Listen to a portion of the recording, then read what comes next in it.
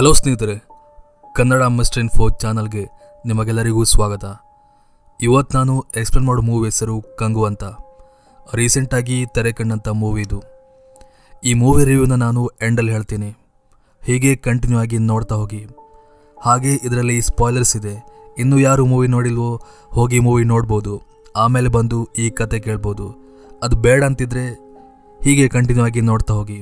ಇಷ್ಟ ಆದರೆ ದಯವಿಟ್ಟು ಲೈಕ್ ಕಮೆಂಟ್ ಆಗಿ ಶೇರ್ ಮಾಡಿ. ಸೊ ಹಾಗಾದರೆ ಹೆಚ್ಚಿನ ಟೈಮ್ ವೇಸ್ಟ್ ಮಾಡದೆ ಸೀದಾ ಈ ಮೂವಿಯ ಕತೆಗಡೆ ಹೋಗೋಣ. ಸೊ ಮೂವಿ ಸ್ಟಾರ್ಟಿಂಗಲ್ಲಿ ನಮಗೆ ರಷ್ಯನ್ ಲ್ಯಾಬೊಂದನ್ನು ತೋರಿಸ್ತಾರೆ. ಅಲ್ಲಿದ್ದ ಸೈಂಟಿಸ್ಟ್ಗಳು ಎಲ್ಲ ಮಕ್ಕಳನ್ನ ಕಿಡ್ನಾಪ್ ಮಾಡ್ಕೊಂಡು ಬಂದು ಅವ್ರ ಮೇಲೆ ಒಂಥರ ಎಕ್ಸ್ಪೆರಿಮೆಂಟ್ ಮಾಡ್ತಿರ್ತಾರೆ. ಅಂದರೆ ಯಾವ ರೀತಿ ಎಕ್ಸ್ಪೆರಿಮೆಂಟ್ ಅಂತ ಎಲ್ಲಿ ಕೂಡ ಹೇಳೋದಿಲ್ಲ. ಅವರ ಬೋನ್ ಮ್ಯಾರೋ ಹಾಗೆ ಬ್ರೈನ್ ಅವೆಲ್ಲವನ್ನು ಚೆಕ್ ಮಾಡಿ ಒಂದು ಡಿಫ್ರೆಂಟ್ ಆಗಿರೋ ಎಕ್ಸ್ಪೆರಿಮೆಂಟ್ನ ಮಾಡ್ತಿರ್ತಾರೆ. ಹಾಗೆ ಅಲ್ಲಿರೊಬ್ಬ ಹುಡುಗ ಝೆಟ್ ಹೆಸರಿನ ಒಬ್ಬ ಹುಡುಗನ ತೋರಿಸ್ತಾರೆ. ಹಾಗೆ ಆ ಹುಡುಗನ ಮೇಲೆ ಇನ್ನೇನು ಎಕ್ಸ್ಪೆರಿಮೆಂಟ್ ಮಾಡಬೇಕು. ಆವಾಗ ಅವನು ಆ ಲ್ಯಾಬಿಂದ ತಪ್ಪಿಸ್ಕೊಂಡು ಹೋಗ್ತಾನೆ. ಆ ರಷ್ಯನ್ ಲ್ಯಾಬ್ನ ಸೆಕ್ಯೂರಿಟಿ ಆಗಿದ್ದ ತುಂಬ ಜನ ಸೈನಿಕರು ಆ ಹುಡುಗನ ಹಿಡಿಯೋಕೆ ಟ್ರೈ ಮಾಡ್ತಾರೆ. ಬಟ್ ಆ ಹುಡುಗ ಹೇಗೋ ತಪ್ಪಿಸ್ಕೊಂಡು ಅಲ್ಲಿಂದ ಓಡಿ ಹೋಗ್ತಾನೆ. ನೆಕ್ಸ್ಟ್ನಲ್ಲಿ ನಮಗೆ ಗೋವಾದಲ್ಲಿರುವ ಒಬ್ಬ ವ್ಯಕ್ತಿನ ತೋರಿಸ್ತಾರೆ. ಅವನ ಹೆಸರು ಫ್ರಾನ್ಸಿಸ್ ಅಂತ. ಅವನು ಆ್ಯಕ್ಚುಲಿ ಬೇರೆ ಯಾರೂ ಅಲ್ಲ, ನಮ್ಮ ಈ ಮೂವಿಯ ಹೀರೋ ಸೂರ್ಯ. ಈ ಫ್ರಾನ್ಸಿಸ್ ಆ್ಯಕ್ಚುಲಿ ಒಬ್ಬ ಬೌಂಟಿ ಕಿಲ್ಲರ್ ಆಗಿದ್ದ.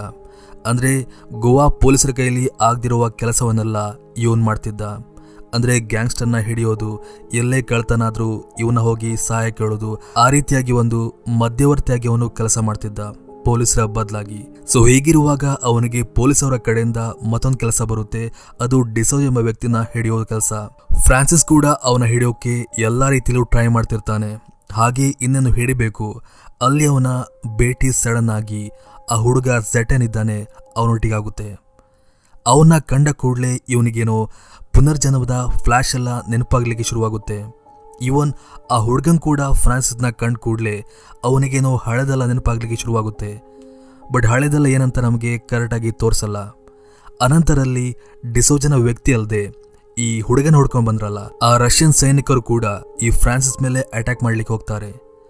ಈ ಫ್ರಾನ್ಸಿಸ್ ಆ ಹುಡುಗನ ಕರ್ಕೊಂಡು ಹೇಗೋ ಬಚಾವ್ ಮಾಡಿ ಅಲ್ಲಿಂದ ಓಡಿ ಹೋಗ್ಲಿಕ್ಕೆ ನೋಡ್ತಾನೆ. ಆದ್ರೆ ಅಲ್ಲಿ ಬಂದಂತ ಸೈನಿಕರು ತುಂಬಾ ರೀತಿಯ ವೆಪನ್ ಎಲ್ಲ ಯೂಸ್ ಮಾಡ್ತಿರ್ತಾರೆ. ಒಂದ್ ಕಡೆ ಹೆಲಿಕಾಪ್ಟರ್ ಇಂದ ತುಂಬಾ ರೀತಿಯ ಗುಂಡೆಲ್ಲ ಬರ್ತಿದ್ರೆ, ಇನ್ನೊಂದ್ ಕಡೆ ರಾಕೆಟ್ ಲಾಂಚ್, ಆ ರೀತಿಯೆಲ್ಲ ಒಂದು ಅದ್ದೂರಿಯಾದ ಫೈಟ್ ಅಲ್ಲಿ ನಡೀತಿರುತ್ತೆ. ಹಾಗೆ ಇನ್ನೇನು ಫ್ರಾನ್ಸಿಸ್ ಆ ಹುಡುಗನ ಬಚಾವ್ ಮಾಡಬೇಕು. ಲಾಸ್ಟಲ್ಲಿ ಅವನ ಕೈಲದಾಗೋದಿಲ್ಲ.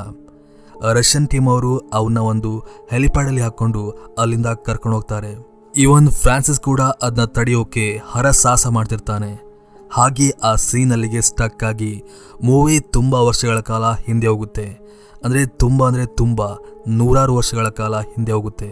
ಇಲ್ಲಿ ನಮಗೆ ನೂರಾರು ಶಿಪ್ಗಳ ಮೂಲಕ ಭಾರತದ ಮೇಲೆ ಆಕ್ರಮಣ ಮಾಡಲಿಕ್ಕೆ ಬರ್ತಿರೋ ರೋಮನ್ ರಾಜ್ಯ ಹಾಗೆ ಅವನ ಸೈನ್ಯವನ್ನ ತೋರಿಸ್ತಾರೆ. ರೋಮನ್ ರಾಜ ಆಕ್ಚುಲಿ ಈ ಭಾರತದಲ್ಲಿರುವ 5 ದ್ವೀಪನ ವಶಪಡಿಸಿಕೊಳ್ಳಿಕ್ಕೋಸ್ಕರ ಬಂದಿರ್ತಾನೆ. ಆ ದ್ವೀಪದ ಹೆಸರು ಆರ್ತಿ, ಪೆರುಮಾಚಿ, ಕೊಟ್ಟಾರ್, ಹಾಗೆ ಇನ್ನೂ 2 ದ್ವೀಪಗಳಿದೆ. ಆ 5 ದ್ವೀಪಗಳಲ್ಲಿ ಅವನಿಗೆ ಪೆರುಮಾಚಿ ಹೆಸರಿನ ದ್ವೀಪ ತುಂಬಾ ಇಷ್ಟ ಆಗಿತ್ತು. ಅವನ ಉಪಾಯ ಏನಪ್ಪ ಅಂದ್ರೆ, ಆ ಒಂದು ದ್ವೀಪನ ವಶಪಡಿಸ್ಕೊಂಡ್ಮೇಲೆ ಅಲ್ಲಿ ತಮ್ಮ ಸೈನಿಕನಿರಿಸಿ ಇನ್ನೂ ಸಾವಿರಾರು ಬೋಟ್ಗಳನ್ನ ತಯಾರಿಸುವುದು ಅವನ ಉದ್ದೇಶವಾಗಿತ್ತು. ಸೊ ಅದಕ್ಕೋಸ್ಕರ ಅವನೊಬ್ಬ ವ್ಯಕ್ತಿನ ಹಿಡ್ಕೊಂಡಿದ್ದ. ಆ ವ್ಯಕ್ತಿ ಹೆಸರು ಗೇರು ಅಂತ. ಈ ಗೇರು ಆಕ್ಚುಲಿ ಪೆರುಮಾಚಿ ದ್ವೀಪ ಉಂಟಲ್ಲ, ಅದಕ್ಕೆ ಸೇರಿದವನು. ಹಾಗೆ ಅವನೇನು ವಿಶ್ವಾಸಕ್ಕೆ ಅರ್ಹನಾದ ವ್ಯಕ್ತಿ ಅಲ್ಲ. ಪೆರುಮಾಚಿಯ ರಾಜನ ಅತಿ ಹತ್ತಿರದ ವ್ಯಕ್ತಿ ಆದ್ರೂ ಕೂಡ ಅವನು ಅವರಿಗೆಲ್ಲರಿಗೂ ಕೂಡ ಮೋಸ ಮಾಡ್ತಿದ್ದ. ಸಿಂಪಲ್ ಆಗಿ ಹೇಳ್ಬೇಕಂದ್ರೆ ಅವನೊಬ್ಬ ಮೋಸಗಾರ ಆಗಿದ್ದ. ದುಡ್ಡಿಗೋಸ್ಕರ ಏನ್ ಬೇಕಾದ್ರೂ ಮಾಡ್ಲಿಕ್ಕೆ ಅವನು ರೆಡಿಯಾಗಿದ್ದ. ಸೊ ರೋಮನ್ ರಾಜ ಇವನ ಹತ್ರ ಕೇಳ್ತಾನೆ, ಪೆರುಮಾಚಿ ಈ ದ್ವೀಪನ ಹೇಗಾದ್ರೂ ಮಾಡಿ ನಂಗೆ ಕೊಡಿಸು, ನಾನು ನಿನಗೆ ಬೇಕಾಗಿರೋದನ್ನ ಕೊಡ್ತೇನಂತ. ಅದಕ್ಕೆ ಗೇರುವ ಒಪ್ಪಿಗೆ ಕೊಟ್ಟು ಚಿನ್ನವನ್ನ ಕೇಳ್ತಾನೆ. ಅದಕ್ಕೆ ರಾಜ ಒಪ್ಪಿಗೆ ಕೊಡ್ತಾನೆ. ಹಾಗೆ ರಾಜ ಕೇಳ್ತಾನೆ, ಆ ಪೆರುಮಾಚಿ ದ್ವೀಪವನ್ನ ನಂಗೆ ಒಪ್ಪಿಸ್ಬೇಕು ಅಂತ. ಅದಕ್ಕೆ ಉತ್ತರವಾಗಿ ಗೆರು ಹೇಳ್ತಾನೆ, ಈ ಪೆರುಮಾಚಿ ಹಾಗೆ ಅಲ್ಲಿನ ರಾಜ ಹಾಗೆ ಅವರ ಮಗನಿದ್ದಾನೆ ಅತ್ಯಂತ ಪ್ರಬಲಶಾಲಿ. ಅಲ್ಲಿಗೆ ಹೋಗಿ ಅಟ್ಯಾಕ್ ಮಾಡಿ ಅವನ್ನ ಸೋಲಿಸುವುದು ಸುಲಭ ಸಾಧ್ಯ ಅಲ್ಲ, ಅದು ಅತ್ಯಂತ ಕಠಿಣವಾದದ್ದು. ಅದಕ್ಕೋಸ್ಕರ ನನ್ನ ಹತ್ರ ಒಂದು ಉಪಾಯ ಇದೆ. ಅದೇನಪ್ಪ ಅಂದರೆ, ಆ ರಾಜ್ಯದಲ್ಲಿರುವ ಪ್ರತಿಯೊಬ್ಬ ಯೋಧರನ್ನು ಕೂಡ ನಾನು ಹೇಗೋ ಉಪಾಯ ಮಾಡಿ ಹೊರಗಡ್ಕೊಂಡು ಬರ್ತೇನೆ. ಅವರನ್ನು ನೀವು ಕೊಲ್ಲಬೇಕು ಅಂತ. ಸರಿ ಅಂತ ಇವನು ಕೂಡ ಅದಕ್ಕೆ ಒಪ್ಪಿಗೆ ಕೊಡ್ತಾನೆ. ಹಾಗೆ ಒಂದು ಷರತ್ತಾಗ್ತಾನೆ, ಅವರೆಲ್ಲ ಸತ್ತಿದ್ದಾರಂತ ನನಗೆ ಗೊತ್ತಾಗಬೇಕಾದ್ರೆ ಅವರಷ್ಟು ಜನರ ಕೈ ಹಾಗೆ ಕಾಲುಗಳನ್ನ ಕಡಿದು ನದಿಯಲ್ಲಿ ತೇಲಿಬಿಡ್ಬೇಕು. ಅದನ್ನ ಕಂಡ ಕೂಡಲೇ ಗೊತ್ತಾಗುತ್ತೆ ನೀನು ಮಾಡ್ತಿರೋದು ಸರಿ, ನಿನ್ನ ನಂಬೋದಂತ. ಸರಿ ಅಂತ ಗೇರುವ ಕೂಡ ಅದಕ್ಕೆ ಒಪ್ಪಿಗೆ ಕೊಟ್ಟು ಅದೇ ಕೂಡಲೇ ತನ್ನ ಮಗ ಹಾಗೆ ಹೆಂಡತಿ ಒಟ್ಟಿಗೆ ಅವನು ಪೆರುಮಾಚಿಗೆ ಹೋಗ್ತಾನೆ. ಇಲ್ಲಿ ಅವನ ಮಗನ ಬಗ್ಗೆ ಹೇಳಲೇಬೇಕು, ಯಾಕಂದ್ರೆ ಅವನಿಗೆ ಗೇರುವ ಅಂದ್ರೆ ತುಂಬ ಇಷ್ಟ. ಅಪ್ಪ ಏನೇ ಮಾಡಿದ್ರು ಕೂಡ ಅದನ್ನ ಸರಿ ಅಂತ ಹೇಳ್ಕೊಂಡು ಹೋಗ್ತಿದ್ದವನು. ಒಂದ್ ಲೆಕ್ಕದಲ್ಲಿ ಹೇಳ್ಬೇಕಂದ್ರೆ ಅಪ್ಪನ ದಾರಿಲೇ ಅಪ್ಪನ ತರನೇ ಹೋಗ್ತಿರುವ ಒಬ್ಬ ಸಣ್ಣ ಹುಡುಗ ಅಂತ ಹೇಳ್ಬೋದು. ಎನಿವೆ, ಪೆರುಮಾಚಿಗೆ ಬಂದ ಕೂಡಲೇ ಗೇರುವ ಹಾಗೆ ಅವನ ಹೆಂಡತಿ ಮಗ ರಾಜ್ಯದ ಎಲ್ಲಾ ಜನರು ಹಾಗೆ ರಾಜನನ್ನ ಸೇರಿಸಿ ಒಂದು ಮೀಟಿಂಗ್ ಮಾಡ್ತಾನೆ. ಹಾಗೆ ಆ ಮೀಟಿಂಗ್ ಅಲ್ಲಿ ರೋಮನ್ ರಾಜ ಬಯಸಿರುವ ಒಂದು ಆಸೆ ಇಡ್ತಾನೆ. ಅದೇನಪ್ಪ ಅಂದ್ರೆ, ಈ ರೋಮನ್ ರಾಜ ಆಕ್ಚುಲಿ ಇಲ್ಲಿ ಬಂದು ಕೆಲವೊಂದು ಶಿಪ್ಗಳನ್ನ ಮಾಡೋಕೆ ತಯಾರು ಮಾಡ್ತಿದ್ದಾನೆ. ಅದಕ್ಕೋಸ್ಕರ ಅವನಿಗೆ ಜನ ಬೇಕು. ಸೊ ನಮ್ಮ ಯೋಧರನ್ನ ಕಳಿಸಿಕೊಟ್ರೆ ಅವ್ರು ನಮಗೆ ತುಂಬ ಹಣ ಕೊಡ್ತಾರೆ, ಅದರಿಂದ ತುಂಬ ಯೂಸ್ ಆಗುತ್ತಂತ ಒಂದು ಕಟ್ಟು ಕಥೆ ಹೇಳ್ತಾನೆ. ಆ ಒಂದು ಕಥೆನ ರಾಜ ನಂಬಿ 100 ಜನ ಯೋಧರನ್ನ ಅವನೊಟ್ಟಿಗೆ ಕಳಿಸಿಕೊಡ್ತಾನೆ. ಕಾಡಿನ ಮಧ್ಯೆ ಮಧ್ಯೆ ಆ ಯೋಧರು ಹೋಗ್ತಿದ್ದಾಗೆ ಅಲ್ಲಿ ರೋಮನ್ ರಾಜನ ಸೈನಿಕರು ಬಂದು ಅವ್ರನ್ನೆಲ್ಲ ಕೊಂದು ಅವರ ಕೈಕಾಲ್ಗಳನ್ನ ನದಿಗೆ ಎಸೆದು ಬಿಡ್ತಾರೆ. ಅದರಿಂದ ರಾಜನಿಗೆ ಕನ್ಫರ್ಮ್ ಆಗುತ್ತೆ ಪ್ಲಾನ್ ವರ್ಕ್ ಆಗ್ತಿದೆ ಅಂತ. ನಂತರ ಅವನಿಗೆ ಹಣ ಸಿಗುತ್ತೆ. ಆ ಹಣ ನೋಡಿ ಅವನಿನ್ನೂ ಕೂಡ ಖುಷಿ ಆಗ್ತಾನೆ. ಹಾಗೆ ಮತ್ತೆ ಪುನಃ ರಾಜ್ಯದೊಳಗೆ ಹೋಗಿ ರಾಜನ ಹತ್ತಿರ ಮತ್ತೆ 100 ಜನ ಬೇಕು, ಯಾಕಂದ್ರೆ ಇನ್ನೂ ಜಾಸ್ತಿ ಶಿಪ್ನ ರೆಡಿ ಮಾಡ್ಬೇಕಂತ ಹೇಳ್ತಾನೆ. ರಾಜ ಕೂಡ ಅದಕ್ಕೆ ಒಪ್ಪಿಗೆ ಕೊಟ್ಟು ಇನ್ನೇನು 100 ಜನ ಅವನೊಟ್ಟಿಗೆ ಹೋಗ್ಬೇಕು. ಆವಾಗಲ್ಲಿ ಕೈಯನ್ನ ಕಳೆದುಕೊಂಡಂತ ಒಬ್ಬ ವ್ಯಕ್ತಿ ಬರ್ತಾನೆ. ಅವನ ಆಕ್ಚುಲಿ ಬೇರೆ ಯಾರೂ ಅಲ್ಲ, ಹಿಂದೆ 100 ಜನನ ಕಳಿಸಿಕೊಟ್ಟಿದ್ನಲ್ಲ ರಾಜ, ಆ ಗುಂಪಲ್ಲಿದ್ದ ಒಬ್ಬ ವ್ಯಕ್ತಿ. ಅವನ ಆಕ್ಚುಲಿ ಸತ್ತೋಗಿದ್ದಂತ ಅವರಲ್ಲೇ ಬಿಟ್ಟು ಬಂದಿದ್ರು. ಬಟ್ ಅವನು ಹೇಗೋ ಮಾಡಿ ತನ್ನ ಪ್ರಾಣವನ್ನ ಉಳಿಸ್ಕೊಂಡು ಬಂದು ರಾಜನ ಹತ್ತಿರ ಈ ಗೇರುವ ಮಾಡ್ತಿದ್ದ ಎಲ್ಲ ಮೋಸವನ್ನು ಹೇಳ್ತಾನೆ. ಆ ಮಾತು ಕೇಳಿ ನಿಜವಾಗ್ಲೂ ರಾಜಂಗೆ ಕೋಪ ಬರುತ್ತೆ. ಹಾಗೆ ಗೇರುವ ತಬ್ಬಿಬಾಗಿ ಹೋಗ್ತಾನೆ, ನಾನು ಸಿಕ್ಕಿಬಿದ್ದೆ ಅಂತ.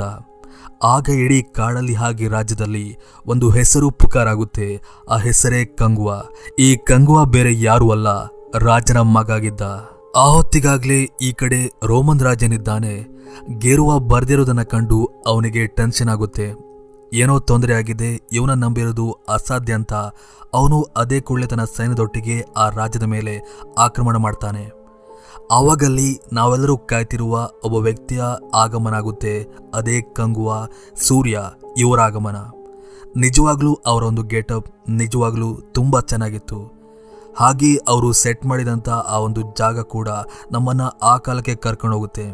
ಎನಿವೆ, ಅನಂತರ ಕಂಗುವ ತನಗಿರೋ ಶಕ್ತಿ ಮೂಲಕ ರೋಮನ್ ರಾಜ್ಯ ಹಾಗೆ ಎಲ್ಲರನ್ನು ಕೂಡ ಸೋಲಿಸಿ ಅಲ್ಲಿಂದ ಓಡಿಸಿ ಬಿಡ್ತಾನೆ. ಹಾಗೆ ತಮ್ಮ ರಾಜ್ಯ ಹಾಗೆ ರಾಜನಿಗೆ ಮೋಸ ಮಾಡಿರುವ ಗೇರುವನ 2 ಕೈಯನ್ನ ಕಡಿದು ಅವನು ಅದೇ ಕೂಡಲೇ ರಾಜನ ಹತ್ತಿರ ಕರ್ಕೊಂಡು ಹೋಗ್ತಾನೆ. ರಾಜ ಹಾಗೆ ಊರಿನ ಎಲ್ಲರೂ ಕೂಡ ಅವನ್ನ ಬೆಂಕಿಗೆ ಹಾಕಿ ಸುಟ್ಟು ಬಿಡಿ ಅಂತ ಆಜ್ಞೆ ಮಾಡ್ತಾರೆ. ಇವನ್ ಅವನ ಮಾತ್ರ ಅಲ್ಲ, ಅವನ ಹೆಂಡತಿ ಹಾಗೆ ಮಗನ ಕೂಡ. ಯಾಕಂದ್ರೆ ಅವನ ಬುದ್ಧಿ ನಂತರ ಇವನ ಮಗನಿಗೆ ಕೂಡ ಬರ್ಬೋದು. ಸೊ ಆರಿಸ್ ತಗೊಳ್ಳೋದು ಬೇಡ, ಎಲ್ಲರನ್ನ ಕೊಂದು ಮುಗಿಸಿ ಅಂತ ಅವರೆಲ್ಲ ಕೂಡ ಆರ್ಡರ್ ಮಾಡ್ತಾರೆ. ಆದರೆ ಕಂಗು ಅದಕ್ಕೆ ಒಪ್ಪೋದಿಲ್ಲ. ಇಷ್ಟೆಲ್ಲ ಆಗ್ತಿರುವಾಗ ಗೇರುವ ಮೇಲೆ ಬೆಂಕಿ ಹಚ್ತಾರೆ. ಆವಾಗ ಕಂಗುವನ ಹೆಂಡತಿ ತನ್ನ ಮಗನ ಕಂಗುವ ಕೈಯಲ್ಲಿ ಕೊಟ್ಟು ಇನ್ಮೇಲೆ ಇವನ್ ಜವಾಬ್ದಾರಿ ನಿಂದು ಅಂತ ಪ್ರಾಮಿಸ್ ತಗೊಂಡು ಅದೇ ಕೂಡಲೇ ತಾನು ಹೋಗಿ ಗಂಡನೊಟ್ಟಿಗೆ ಬೆಂಕಿಗೆ ಹಾರಿ ಸತ್ತು ಬಿಡ್ತಾಳೆ. ಆ ಒಂದು ದೃಶ್ಯನ ಕಂಡು ಗೇರೋ ಇದ್ದನಲ್ಲ ಅವನ ಮಗನಿಗೆ ನಿಜವಾಗ್ಲೂ ಬೇಜಾರಾಗುತ್ತೆ. ಯಾಕಂದ್ರೆ ಅವನು ಇರುವವರೆಗೂ ನಂಬಿದ್ದಂದ್ರೆ ಅವನ ಅಪ್ಪನ ಮಾತ್ರ. ತಾನಿರುವುದೇ ಅಪ್ಪನಿಗೋಸ್ಕರ, ಅವರಿಗೋಸ್ಕರನೇ ಬದುಕುವುದಂತ. ಆದರೆ ಅವನ ಕಣ್ಣೆದುರೇ ಅವನ ಅಪ್ಪ ಸತ್ತಿದ್ದನ್ನ ಕಂಡು ಅವನು ನಿಜವಾಗ್ಲೂ ಕುಗ್ಗಿ ಹೋಗ್ತಾನೆ. ಹಾಗೆ ಆವತ್ತಿಂದ ಅವನಿಗೆ ಈ ಕಂಗೋ ಮೇಲೆ ದ್ವೇಷ ಬೆಳೆಯೋಕೆ ಸ್ಟಾರ್ಟ್ ಆಗುತ್ತೆ. ಆದರೆ ಕಂಗೋ ಮಾತ್ರ ಆ ಹುಡುಗನ ತುಂಬಾ ಚೆನ್ನಾಗಿ ನೋಡ್ಕೊಳ್ಳೋಕೆ ಶುರು ಮಾಡ್ತಾನೆ. ಯಾಕಂದ್ರೆ ಆ ತಾಯಿ ಆಣೆ ಮಾಡಿ ಹೋಗಿಲ್ಲೆಂಬ ಒಂದೇ ಒಂದು ಕಾರಣಕ್ಕೆ. ಎನಿವೆ, ಈ ಕಡೆ ಸೋತು ಸುಣ್ಣಾಗಿ ಬಂದಿದ್ದ ರೋಮನ್ ರಾಜ ಹಾಗೆ ಅವನ ಸೈನಿಕರಿಗೆ ಇನ್ನೂ ಕೂಡ ತಲೆ ಹಾಳಾಗುತ್ತೆ. ಹೇಗಾದ್ರೂ ಮಾಡಿ ಕಂಗುವಾಗಿ ಅವನ ರಾಜ್ಯನ ಸೋಲಿಸಲೇಬೇಕು. ಆದರೆ ಅದು ನಮ್ಮೊಬ್ಬರಿಂದ ಕೈಯಿಂದ ಸಾಧ್ಯ ಇಲ್ಲ. ಹೇಗಾದರೂ ಮಾಡಿ ಪಕ್ಕದ ದ್ವೀಪದವರ ಸಹಾಯ ತಗೋಬೇಕಂತ ಯೋಚನೆ ಮಾಡ್ತಿರುವಾಗ ಅವರ ತಲೆಗೆ ಬಂದಿದ್ದು ಆರತಿ ದ್ವೀಪ.